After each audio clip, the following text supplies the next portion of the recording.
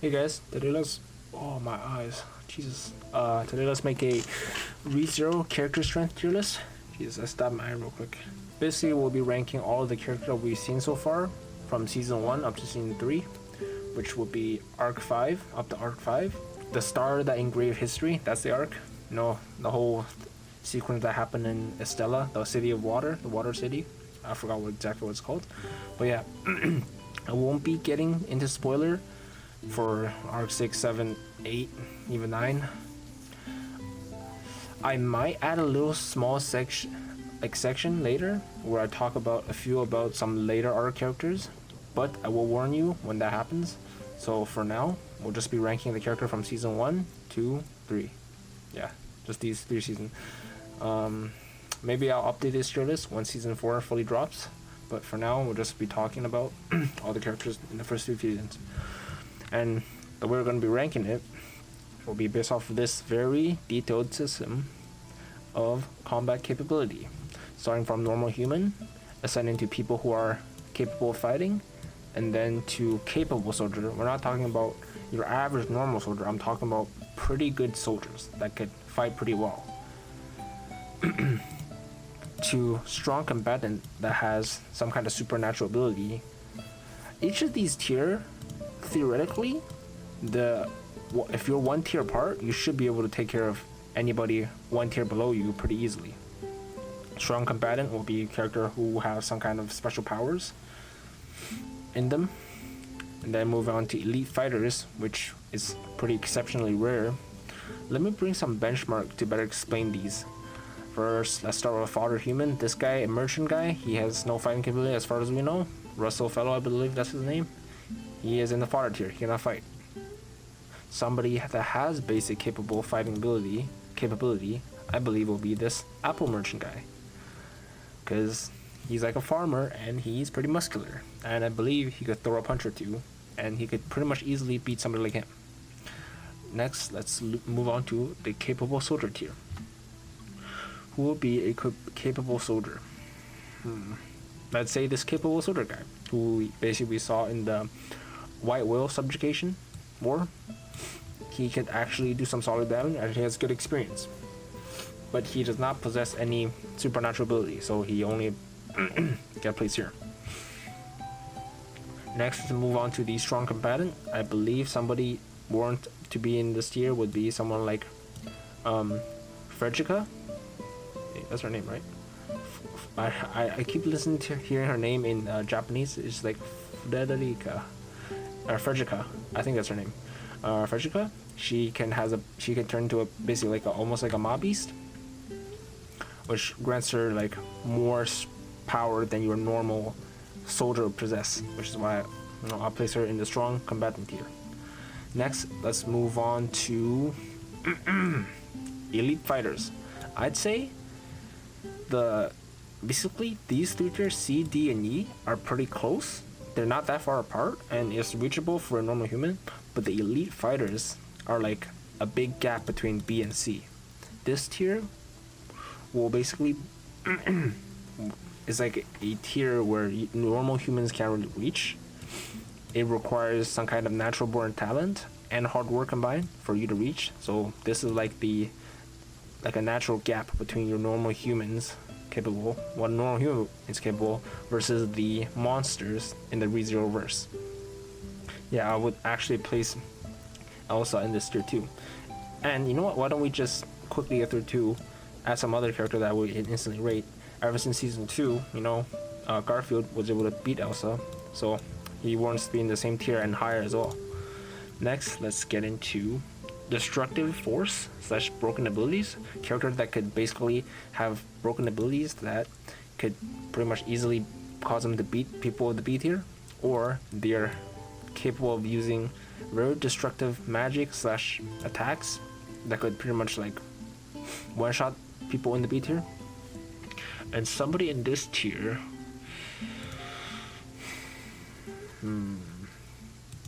I would put Emilia at the end of season 3 in this tier, because she, after season 2, basically since the trials, she got a lot stronger and even through the time skip, she got more stronger. She has trained more, and her fighting capability honestly got a lot better. And I could see her not pretty easily, but I could still see her deal with people in the B tier without too big of an issue. Next is very easy. This is the peak of strength tier. A good benchmark will be the almost retired Wilhelm. He would probably be the bottom of this tier, peak of strength, just because, you know, Gramps is getting a little bit too old. He's probably gonna retire soon, and even if he retires, he would just fall back to the A tier. It wouldn't be anything too sad. Other people that belong in this tier will be Puck and Roswell. Yes, I would actually place both of them above not Reinhardt. That Reinhardt is in Reinhardt tier. I would place them above Wilhelm, just because they don't have the limitation that Wilhelm has. And these two, we know, one's a freaking walking natural disaster, a freaking snowstorm that just freezes the world, and the other is like a masterclass magician that could use like 90% of all spells that in existence probably. He's a very capable individual. Let's just say that. Alright, moving on to the strongest tier. Somebody in the strongest tier would be someone like Regulus Corneus, the Saint Archbishop of Greed. As we know, his ability is straight up a bug in the world that you cannot really touch him or harm him or change any of his status until you basically remove his weakness, that is his wife, either by actively getting them to all give up on him and refusing to be his wife, or basically you have to kill all the wife in order for his Lionheart ability to deactivate. Or his Little King, I forgot which is which, but his two ability combined that cause him to be super broken. And if he wasn't an absolute idiot, he could actually abuse his abilities a lot better, just by, you know, kicking sand and breathing water, shit like that. Yeah, I could see him, when his weakness is not found, pretty easily beat people in the peak of strength tier. Speaking of peak of strength, this guy, Kurgan, would actually belong in this tier. I do believe he and Wilhelm actually fought before. I might have to... I'm talking about the Kurgan that's not a corpse puppet, you know, that was controlled by the witch cult. I'm talking about like him actually when he was alive, which will be stronger than the old Wilhelm, but when they're younger, they're probably like evenly matched. I do believe they fought when they were younger before, right? I don't remember who won though. But he would also be in peak of strength if he wasn't a puppet, you know, because the puppet version actually got beat by Garfield in season 3. Next, this tier would actually be stronger than the strongest tier, because they're basically the strongest individual throughout the history of, like, entire history of Rezero. Somebody that would be in this tier would be somebody like Echidna, the Witch of Greed. Basically, they have so many... Their strengths warrant them to, not pretty easy, be able to deal with people that are in the strongest tier. Usually, due to, for Echidna's case, she probably knows 99% of all the spells in the Rezero verse, which is even more impressive than Roswell, because she's Roswell's teacher. She has many methods to deal with people in the strongest tier. So yeah, people in this tier are actually stronger than the strongest tier. Yeah, that's why they're in the separate tier. Basically, the people in the strongest tier are people that are strongest in today's time. It's kind of like Gojo, you know? And then the SSS tier would be people, the strongest people throughout all of Rezero Universe's timeline, entire timeline. Even people that are dead, you know? And then obviously the last tier would just be Reinhardt tier, because he's Reinhardt and he destroys the whole verse.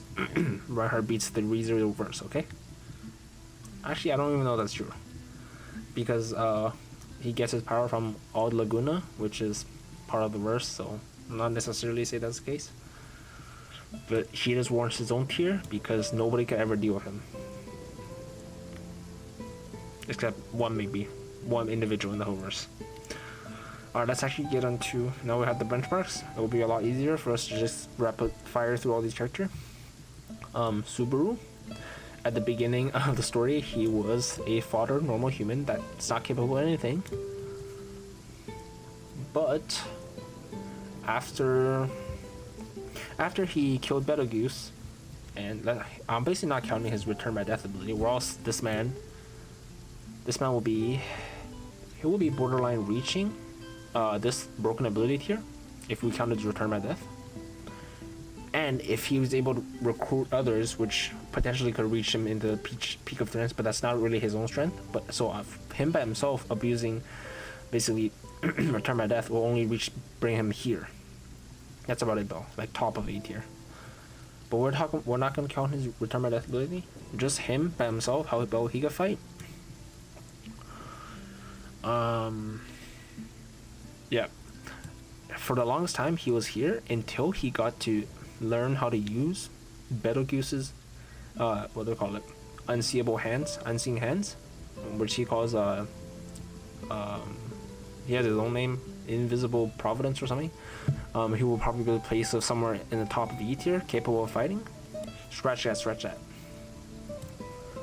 Surprisingly, I forgot Subaru was actually a kind of athletic guy, and he is actually capable of fighting. Remember these guys from later Felscom? These three? He was able to actually 1v3 them just due to his physical prowess. He's actually able to 1v3 real quick.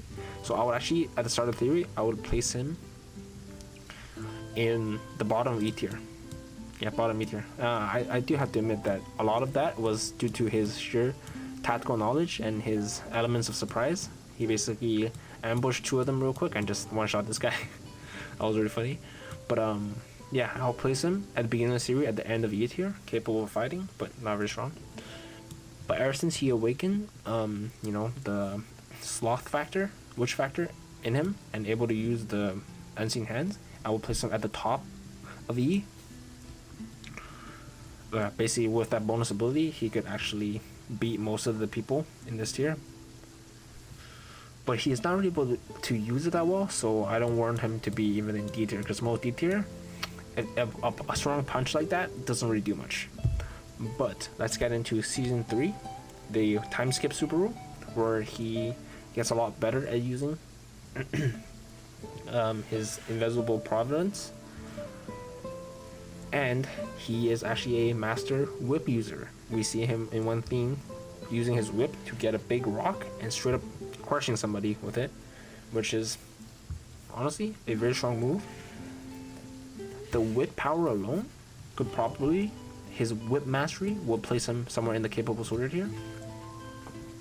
And if we're counting at the end of the theory where he could use his invisible providence to phase through people as part of his ability, I would low-key place him at the bottom of strong combatant. Just because he could one-shot most capable soldiers by elements of surprise. But you know what? That's kind of like a cheating, eh? Maybe we'll just place him at the top of a capable soldier, just because he relies too much on basically surprise tactic. Yeah, if it wasn't for the surprise tactic, most other capable soldiers could honestly just one-shot him as well. So you know what? He doesn't really warrant to be in the strong combatant tier. I will just play him at the top of capable soldier tier, D tier. Next, let's move to Beatrice. She would either be in A tier or S tier. She has more experience than Emilia, more knowledge in spells. For reference, yeah, she is very close to Emilia, but since the end of season 3, I would probably place her a little bit lower than Emilia. They're both very strong, but I do see Emilia coming overall, scoring a better rating. Yeah, I would definitely still rate Emilia higher than her, just because she has some glaring weakness with the mana regeneration. Ever since, you know, Arc 4, she used all of her mana that she saved up throughout the years on basically the white bunny. These guys, great rabbits. So yeah, she has that issue where she needs Subaru for mana regeneration. While Emilia is a more all-rounded type, she's basically self-sufficient. Okay, next moving on to Rem. Rem would be placed somewhere in the strong combatant tier. I would place her above Frederica, just because her demon form is actually quite strong, and I feel like, yes, the few times we see her use it, like 2 times we see her use it, she lost control. But honestly, the second time where we saw her use it against the witch cult members, she was not fully berserk. She was still somewhat conscious and has a goal of rescuing Subaru. So it's not like she just lose all her thinking ability. I do definitely see that form of her being stronger than Frederica's basically beast form. Rem is not hard to rank. I would also place her in strong combatant tier. She has great mastery over wind magic, and she probably could use others magic from the other elements as well. We just haven't really seen her done so. I would have to place her. Her overall spell ability is better. Spellcasting ability is better than Rem, but I had to place her behind her sister Rem, just because of her, lack of horn, and she can't regen her own mana, which is a big glaring weakness for her. I do see her being above Frederica as well. Next, let's move on to the GOAT, Otto Suwin. I forgot exactly, but he is at least capable of fighting, because we see him straight up rocking Subaru's shit, basically, like in a fist fight. Like, he would actually surprisingly beat Subaru. So he is not by any means like unfit to fight.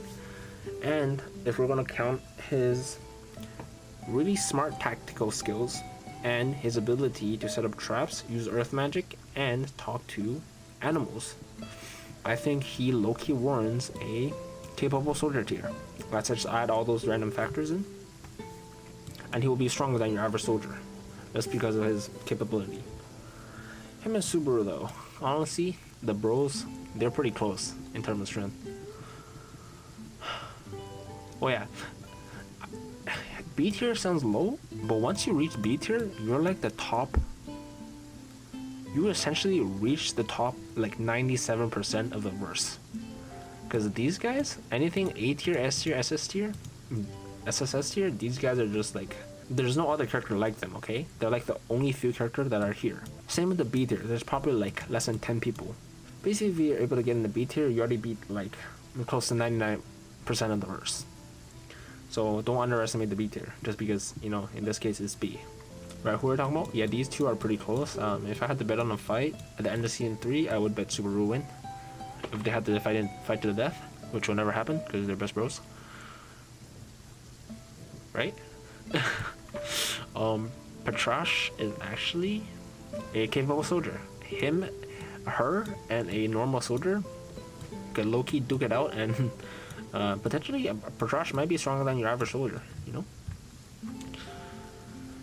Let's just get these two out of the way. Absolute fodder. They cannot fight. They don't have any ability to fight.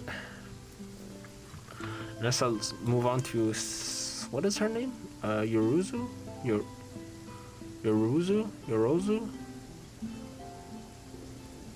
Basically, I'm not talking about the unconscious one. I'm talking about the 4 that has like consciousness. Her name is Ryuzu. I'm talking about the few conscious ones that actually has spell casting capability and could use some basic spells and have some fighting capability. I do believe they're not very strong, but they actually do warrant to be in a strong combatant category, because they have years of experience of basically practicing spellcasting. So they're basically not like just a normal fodder. They're stronger than your average soldier, basically. But, they're probably not as strong as most strong combatants. Alright, that's like all of Emilia's comp. Puck and Roswell, they had a fight in the movie once, but that was Puck kind of holding back, so I would rank Puck slightly higher than Roswell. They were both holding back. Even Roswell's not going full out. Moving on to Felt's Camp. Felt's Camp is going to be very easy. They're all, other than Reinhardt, they're all like below B tier. None of them is above B. Felt, I would surprisingly actually give her a capable in the D tier. She's actually a capable fighter because of her blessing the wind, and her mentality is not terrible. She would born a D tier. She is definitely not a strong combatant. Anybody in the C tier could reasonably beat her. We have not really seen her fight other than one time she tried to fight against Elsa, where she displays super fast speed. But that's about it though, and her ability to use a blade, fine. She can use a blade fine. But other than that, no, she is not really strong. She got one shot by Elsa. And I could see anybody in here beating her. Anybody in the C tier. Alright, moving on to the Mr. Giant. What is his name? Old Romaji. You know, during Graham's peak, when he's not this old, he low-key deserved to be top of strong combatant tier. But now he's gotten old. I could see him beating your average soldier.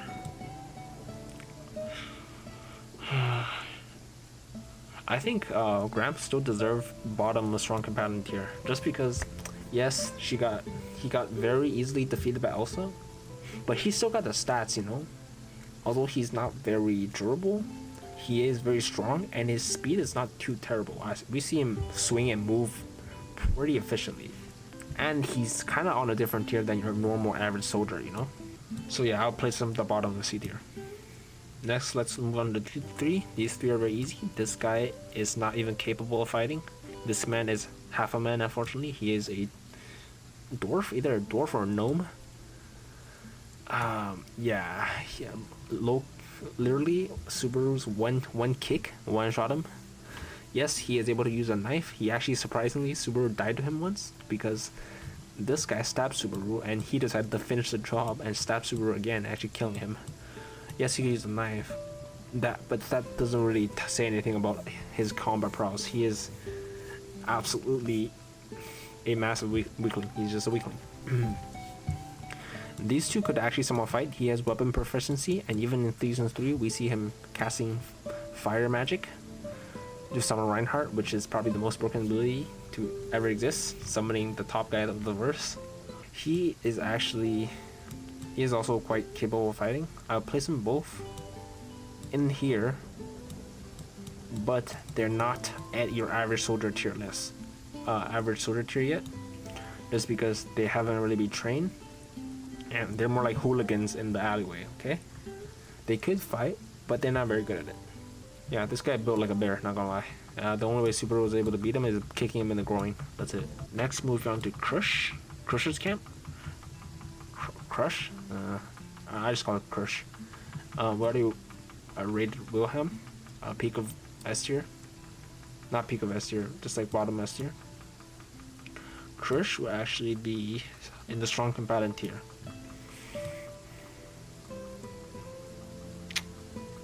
Yeah, I would place her somewhere here. Somewhere in the middle. She could be the lower C tiers, but I think she's in like the middle of C tier. She would lose to people in the stronger side of the C tier. Okay, moving on to everybody's favorite trap, cowboy, Felix, Ferris, whatever you want to call him. He is more than a capable fighter. He is actually. Why did I just capable fighter? Yeah. Isn't that more simple? Normal human, capable fighter, capable soldier, strong combatant, yes, elite fighter. I don't know why they turned to S. We should make it plural. Normal humans. And then yeah. I would actually rate him when push comes to shove. I would actually rate him. Somewhere here. Somewhere here. You know why? Because his healing capability make him kind of unkillable. Like conventional means can't really kill him. If anything, like people in the C tier can kill him. But his weakness is he doesn't have really offensive ability. You know, I think he can use some water magic for offensive purposes, right? I believe, but we had never seen him do it, so I wouldn't count on that. The only thing that would count on him to be offensively would be his sword capability, which we never seen, but he is equipped with a sword, right? So I'm assuming that he has basic capability of using a sword. Yeah, basically how he would able to beat the people below him would be just constantly regenerating himself and, you know, eventually stab him to death. That's how I would play it out in my head, basically. I think it's warranted for the best supposed water magic user to be at least in the D tier. Because I'm basically, in a way, counting his healing capability as a part of his combat strength. Yeah, that's basically how I rated him. Also, I actually don't see any ways that for basically Otto and Subaru to beat Felix, really. Just because he's so unkillable. You know, in Arc 3, we saw him straight up getting blown up once, and he was fine. He just had to get new chain to close. That's it. It really says a lot about his durability. Yeah, his only problem is that he doesn't have any offensive means to kill his opponent. That's it. I do see Otto beating him though, just because Otto has a lot of traps and the capability to actually use earth magic, right? Alright, next let's move on to the Anastasia camp, one of the bigger camps, just because these three simultaneously exist at the same time. Anastasia herself, I would actually place her in the D tier, because although in season 3 is not shown, she is actually shown to be able to somewhat defend herself, I believe, against this girl, Capella, Saint Archbishop of Lust. I don't believe she's straight up useless. I believe she has some basic spellcasting abilities, which is not very impressive, but you know, she is at least able to have a little bit of firepower herself. Yeah, would then definitely not warrant her to be some like really high though. Maybe even behind your average soldier, because that's not really what she's about. She is more of a tactician and a, you know, kind of the group leader. Yeah, she is the group leader. She's a royal candidate. Next, move on to Julius. Julius is at least speed tier, probably deserving of an A tier by the end of season 3. He has more experience, and he has a pretty broken ability of, you know, his ult. Basically, he charged up his 7 spirits, and he basically gets like a rainbow blast that just like melts everything in front of it. I forgot what it's called. It's like, is it Clarista? Yeah, it's Al Clarista. No, it's this one. It's Al Closeria. It's like his own basically technique of utilizing all 6 spirits from the 6 different elements, which is quite a powerful attack. Would I rate him before these two? Nope, I would not. At the point of end of season 3, I would just keep him bottom 8 tier. That's it. He was quite strong, but definitely not warrant if a S tier yet. Next, his brother, not a combatant. Yeah, just a normal human. Next, Ricardo. Ricardo is quite a strong fighter, and he is probably stronger than most of the people in C tier. Would not really place him in B tier though. Yeah, definitely would not. But I would place him at top of C tier. He is getting borderlinely close to being a elite fighter. So yeah, top of C tier for him. As for these triplet, they're really strong together. All three of them combined, they will be stronger than Ricardo, but all of them separate, we're doing, which we are counting separate, where they can just use some kind of wind sound wave magic. I would have to place them individually. I would have to place them.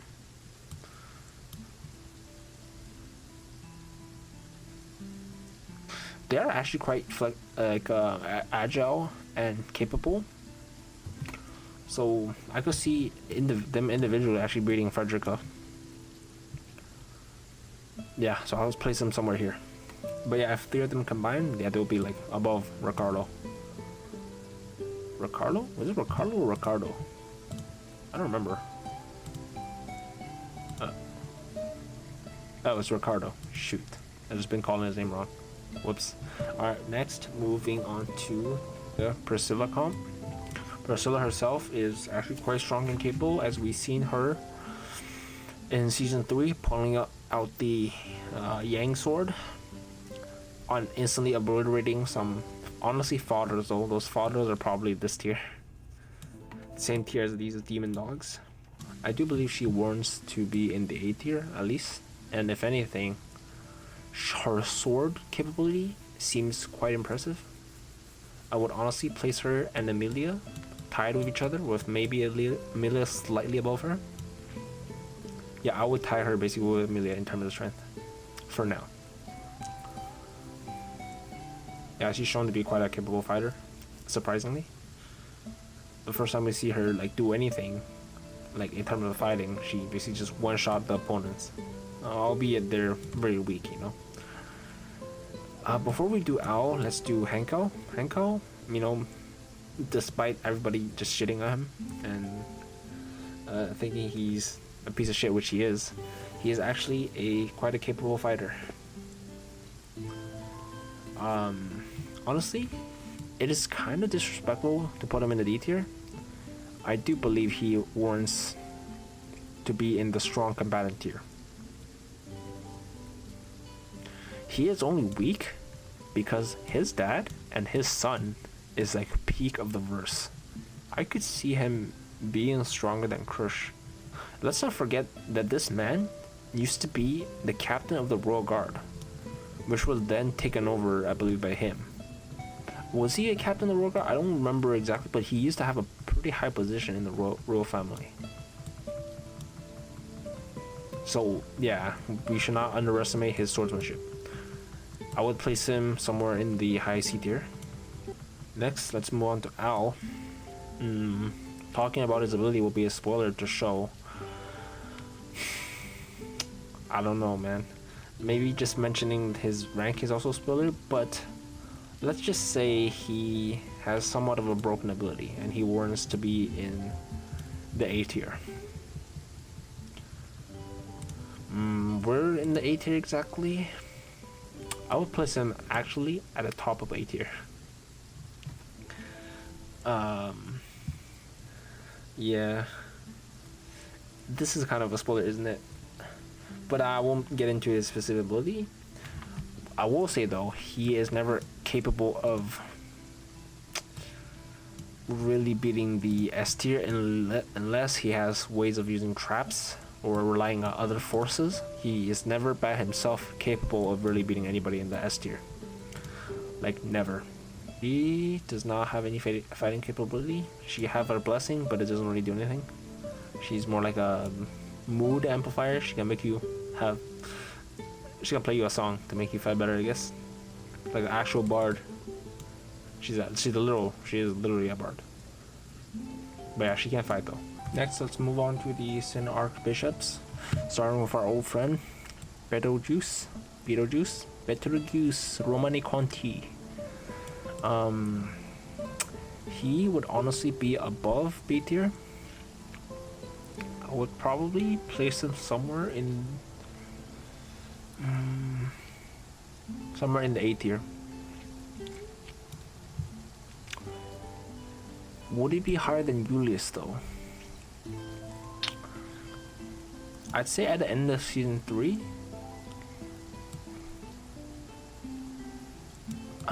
He would still be placed higher than Julius. was only able to beat him in season 1 thanks to Subaru's sight.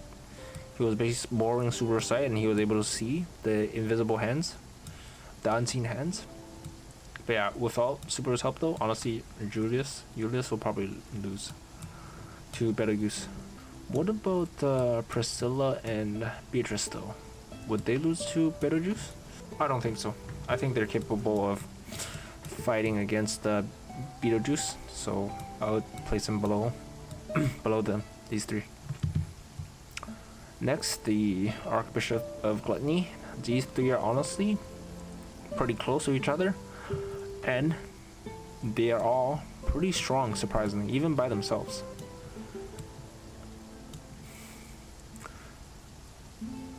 They all have ability of the people they basically consume, so they're very flexible and they're actually quite capable of fighters.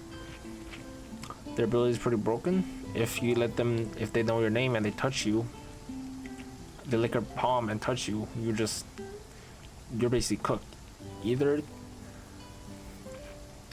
they steal your memory, which causes you to instantly lose the ability to fight, or they steal your name, which causes everybody to forget you. And I do believe they would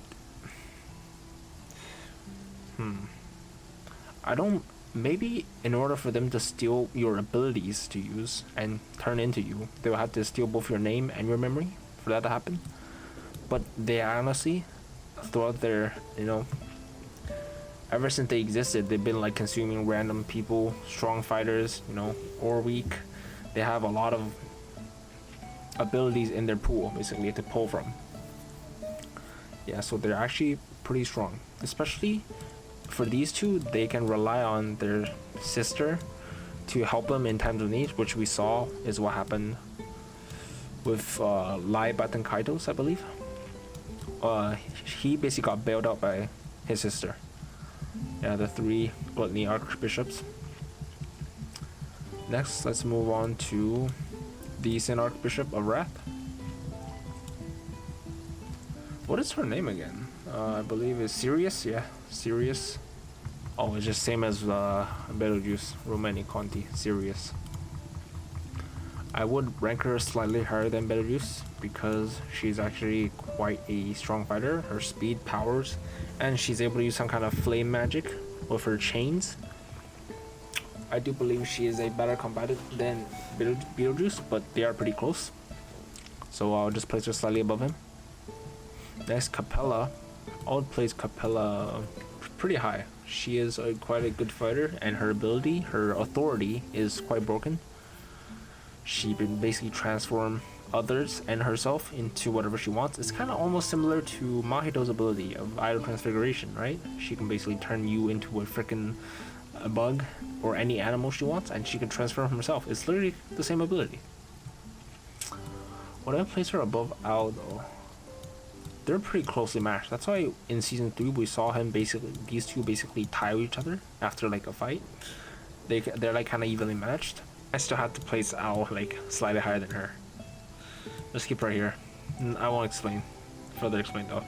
Next, move on to the White Whale. White Whale actually does deserve to be in the peak of strength here, because this shit low-key rivaling, getting close to Puck's strength.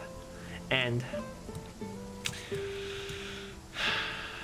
I don't know if y'all read their if route. If you know, you know. The if route, this shit, yeah. White Whale is actually quite strong, and the White Rabbit is actually justifiably stronger than the White Whale. If these two fight each other, the White Rabbit will win. The Grey Rabbit will win. Just because the White Whale has no way of beating it. It would infinitely consume the freaking White Whale, and the White Whale would just die. This thing I would place below these two, because this is the previous fire spirit, the fire great spirit that basically Puck replaced. I would say it's quite strong, but it would be below these two. Maybe I'll place Roswell higher than Puck, just because Puck's ability is kind of more conditional than Roswell. Yeah, put Roswell at the peak of strength. This thing is very easy. This thing is a capable soldier tier. Although it's super dumb, it is quite strong, and physical, your average soldier can definitely beat it, but it's kind of close because it is a mob beast. This thing is actually hella strong. Any elite fighter could beat this.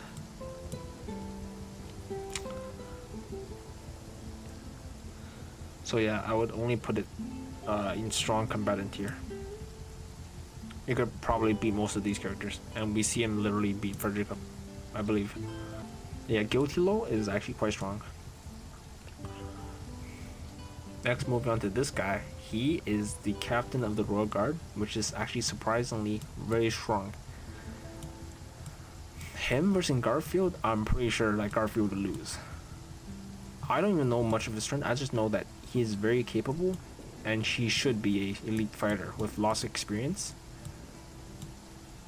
I don't want to like go over his abilities, but I do believe that he actually is an elite fighter. Yeah, he would be able to beat these two. But I would not place him anywhere in the A tier because I believe he is very defense focused. He is not very destructive. As in, his kit is not really for destructive base, you know, it's more for defensive ability. It's defensive ability focus basically. Now we'll do melee first. Melee by herself, Warren's just a fodder tier. She'll be same as Petra, maybe a little bit stronger than Petra. I don't know why I'll even rate her. But if she has time to gather a mob beast army, she would actually be somewhere close to the elite fighters. Maybe not. Maybe at the top of strong combatant. She can basically get a few of these guilty lows and beat anybody below. But let's just say without it, she would be somewhere here. This guy's absolute fodder, bro. Let's just rank these two elf real quick.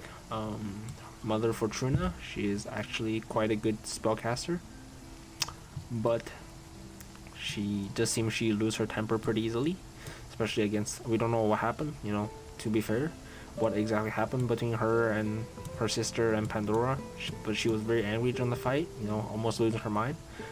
Although she's a good spellcaster, I don't think she has a very good mentality when it comes to things, so I'll place her here. Archie seems like he is a capable spellcaster. I would place him, you know, closer to Ryuzu. They are similar. Ryuzu is probably stronger. And he honestly, he has pretty good mentality. Like, the first thing he found his leg started rotting wasn't his reaction to cut it off, although it still didn't work. But like, that's pretty ballsy. I'll give him like good ratings for that. Like, we haven't seen him do much, but he deserves a strong combatant here, I believe. Yeah, he's a capable spellcaster. Next, let's move on to Pandora. We don't know exactly what her ability is, but she does seem like she can manipulate reality, literally, which warrants her a SSS tier. At least that's what I believe. And finally, moving on to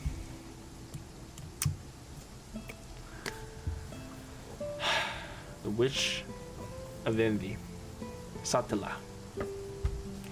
Satila, I do believe, is the only character that actually warrants to be in the Reinhardt tier, because she is stated to be indestructible, and we do know that she has some certain elements to play with Suber's ability of Return by Death, which all just goes to show how broken she is potentially to be.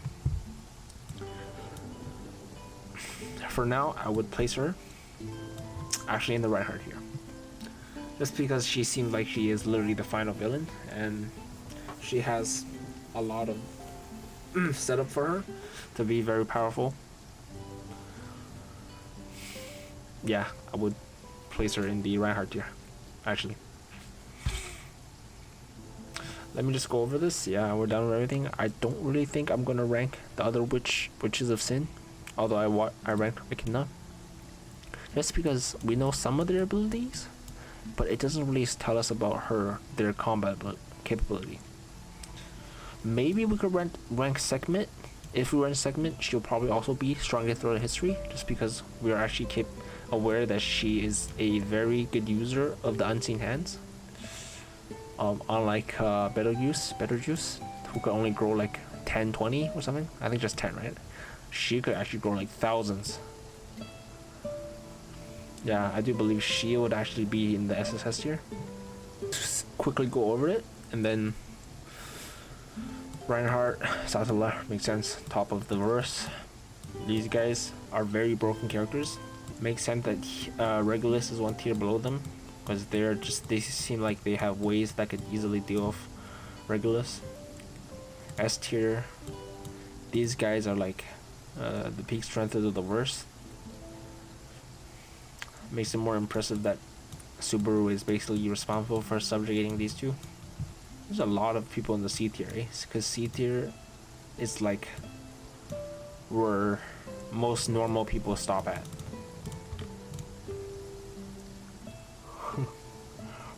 Best Boy Subaru.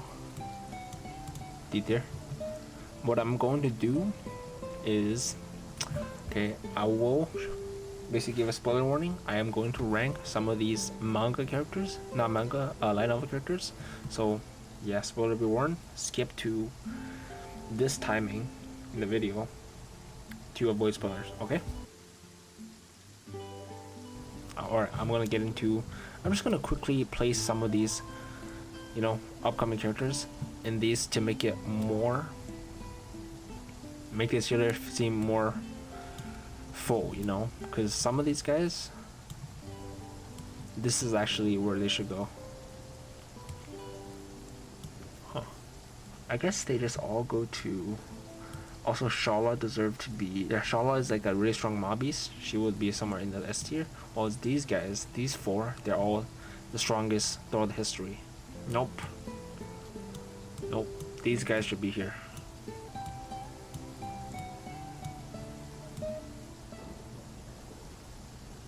We don't know how strong Pandora is, but these two are like at the freaking peak of the freaking verse, bro.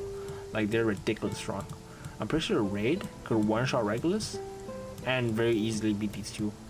These guys are here because they're the current strongest in the verse. Basically, you know, Cecilis with Halibu and the Mad Prince are supposedly tied with Reinhardt, although they're not even close. They're supposed to be known as the 4 strongest beings in the Rezero verse. And if we would add segment will be here. So this will be my ranking for the light novel up to arc 8, finish of arc 8, end of arc 8. This is it. This is my fully completed Rezero character strength tier list. It is complete. That's all. Yeah, then again, please be warned that, you know, this tier list is solely based off of my personal subjective rating. Please take this whole rating with a massive grain of salt, and you know, feel free to let me know what you agree and disagree with it. Let me just bring it back with this tier list. Tier list. Yeah. Also, feel free to let me know what tier list I should do next. And yeah, I would also appreciate any suggestion and advice on how I could improve my tier list rankings. But yeah, that's all for me. I hope you enjoyed this video. Yeah, take it easy, y'all. Bye bye.